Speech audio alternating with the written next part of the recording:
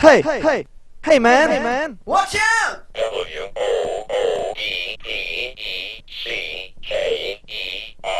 It's a woodpecker from space!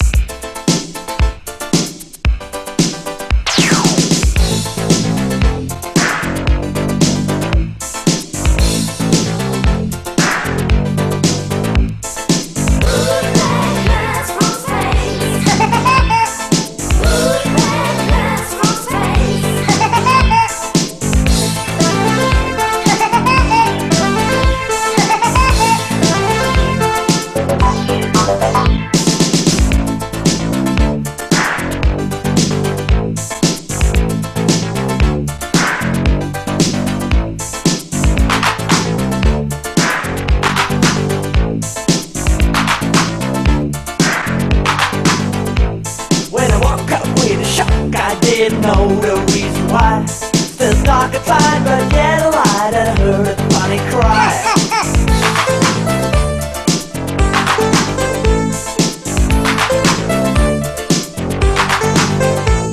I was jumping out of bed and put my head against the door.